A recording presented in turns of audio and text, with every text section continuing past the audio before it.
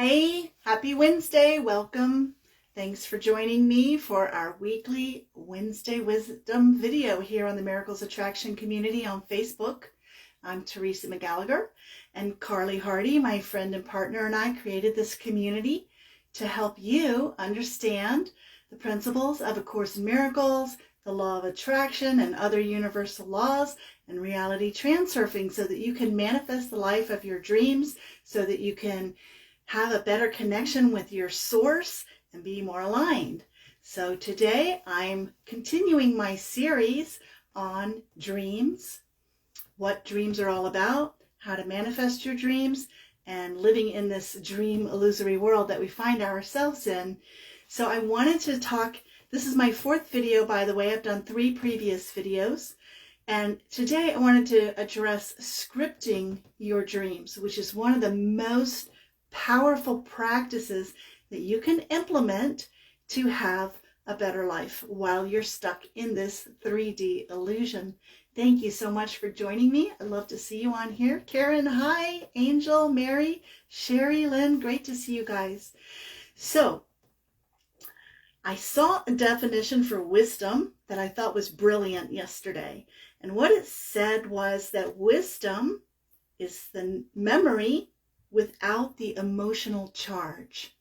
So when something happens to you, you experience something in your life, and you can remember it and garner the lesson that was there for you to learn from that incident without the feeling associated with that memory of upset or pain or sadness or whatever may have happened. Then you have become wise. Then you have the wisdom, the knowledge of whatever that experience was meant to show you and to teach you without it dragging you down emotionally. And that's why I'm doing these Wednesday wisdom videos for you every week, because I want you to have that experience too. I want you to be able to get the knowledge without the suffering. The suffering is optional. We don't have to have these negative, burdensome emotions that everybody has. They seem like a natural and normal part of life, but in actuality, they're just baggage, and you can skip over that point when you learn how to incorporate and embody the kind of spiritual and mystical information that A Course in Miracles teaches and that universal laws teach. So with regard to scripting, it's about writing your dream down. When you speak your dream, or any words for that matter, you speak power into things. We are powerful, creative beings made in the image and likeness of our creators. And when you should never say anything out loud that you don't want to manifest in form. That's why gossip is so destructive. When you say negative things, you keep creating negative things. When you complain and whine, you create more of the same. So even if you feel negative inside, you don't need to express it, because then you're putting it out into the world. And the same thing goes with writing things down. So when you say things, you give power to them. And when you write things down, that's like doubly powerful. You give even more power to things that you write down. So one of the questions that I get asked the most often with regard to A Course in Miracles is, if the script is already written, which is a quote from the Course, it says that the script is written, then why bother trying to do anything with your life? If you're stuck in a script that's already been predetermined, predestined, then what's the point? We might as well just give up, right? What the script is written means is that whatever is happening, you don't have control over things that are happening out there. You don't have control over other people. You can't make them behave a certain way. You don't have control over the weather. There are certain things in the script that are going to happen no matter what you say or do. So stop stressing over those things. Stop giving all your attention to those things. Stop letting those things upset you and bother you. Those things are in the script. They're part of the play. And your feeling upset or having opinions about those things does not change that script. But the way you think about things does change the script. So you may be on this script, you may be in this video game or in this movie or in this particular script. And when you change your thoughts, you can shift to another script. You can put another movie in the VCR or the DVD player or whatever it is you watch movies on. You can stream a different movie with a different script. So there is a section in A Course in Miracles called Rules for Decision, where it gives us instructions for how to create our life and how to go about our day. And one of those things that it says in the Rules for Decision is decide what kind of day you want to have and then decide to have it. So this is a very powerful practice, especially if you can do it first thing in the morning. If you wake up and say, today I am going to feel happy no matter what happens, and you've already decided no matter what that person says or no matter how the weather is, I'm going to be happy regardless. My happiness is not dependent on outside circumstances. Then you can actually shift from a script where everything affects you and seems to buffet you to a script where you're happy all the time no matter what happens, if that makes sense. So I wanted to share a notebook that I ran across the other day. I heard Steve Harvey, the comedian, a couple of years ago on a YouTube video talking about how he made a list of 300 things he wanted to do in his life, like dreams that he had and things he wanted to achieve, like becoming a famous comedian or showing up on, being on television. And he achieved those things. And it was because he wrote them down. And so when I heard him talk about that, I made a list too, and I tucked it away and I forgot about it. And I didn't even have 100 things on my list at that time. I think I had about 60 or 70. I couldn't even come up. There was no way I could come up with 300 things. I was in such a pattern of holding myself back, of limiting myself and keeping myself small that I could not dream that big. But I found the notebook. I found the list of the things that I have written down in 2019. And one of the things that really startled me was that I wanted to build a home here in Pennsylvania for my husband and I to retire in that would look a certain way. And I'm not a visual person. It's very difficult for me to visualize things and actually have like a mental picture of things. I'm a very auditory person. I like to listen to things. I like to talk, as you can tell. And words have more, they just click with me better than pictures. So, but the things that I wrote down, the details that I wrote down about this home, the things that I wanted it to have were, I wanted it to have a stone fireplace.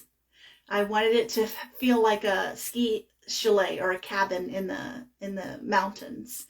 I wanted to have real tile in the showers, not one of those plastic tub inserts.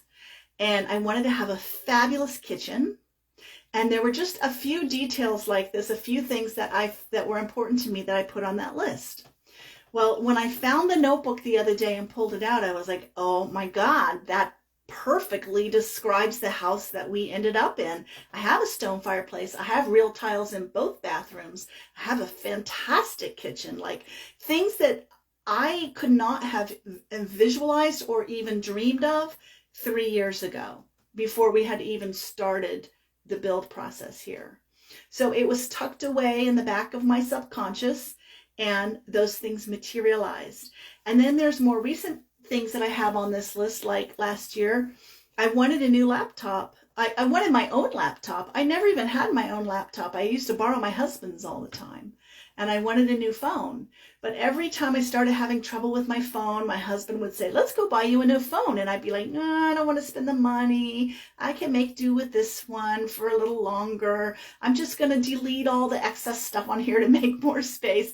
And I kind of like put myself through this struggle that was unnecessary, because one day I realized that I'm perfectly willing to spend money on certain other kinds of things that I deem as necessities, like money on my kids, or, money on eating out. I love to eat out and I'll spend money on a restaurant. but I wouldn't spend the money on the phone for myself. And one day I just went out and I bought myself a new laptop and a new phone like in the same week. So my point is that your dreams cannot materialize and they cannot manifest for you if you don't know what they are. You have to decide what is important to you and what you want for yourself. And then write it down. Write it down. And then don't try to make it happen. Don't try to force it. Don't spend all your time thinking about it. Where is it? Why hasn't it showed up? How is it going to manifest? When am I going to get it? That's not a good use of your energy. Just know it's coming. Know it is coming to you, and you don't need to know how. And sometimes the way that it comes to you is because you go out and buy it, and that's the how. Or maybe you don't have the money, but then the money comes, and then you're able to do that.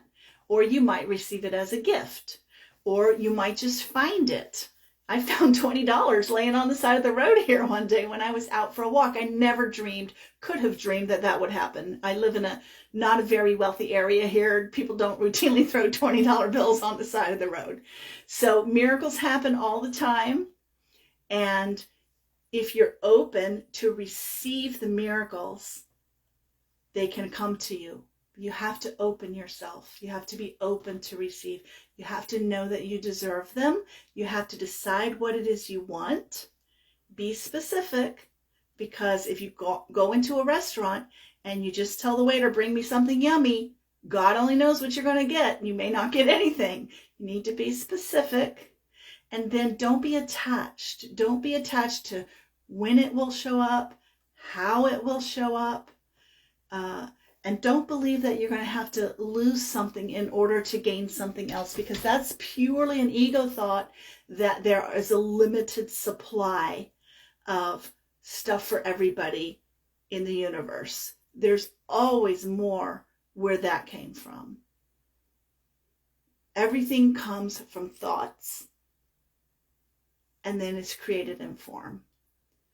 So as long as you're thinking, more stuff can be created, more stuff can come to you. There is not a limited supply, and you having more does not mean someone else has less. So there's no need to feel guilty. There's plenty for everybody of everything. Me being healthy does not mean you have to be sick, right? Health is not a limited resource. Me being happy does not mean you have to be sad. Happiness is not a limited resource. And it's the same thing with abundance and prosperity. Me having nice things does not mean you have to go without. It doesn't work that way. Everything in the universe is continually growing, continually expanding, and there's plenty more where that came from. So that's pretty much my message for today. Figure out what you want. Don't feel bad about wanting things. Write it down. Don't be attached to how and when it's going to show up. Just trust and know that it's there for you in the vortex, as Abraham Hicks likes to say. And then your job is to stay in high vibration. Do whatever it takes to have fun, to feel good, to feel happy, to think positive thoughts, to listen to peppy music, whatever it is that lifts your frequency up and keeps you in a state of receptiveness will speed up the process. Thanks so much for joining me today. It's always great to see you, and I'll see you again next Wednesday. Have a wonderful week. Love you. Bye-bye.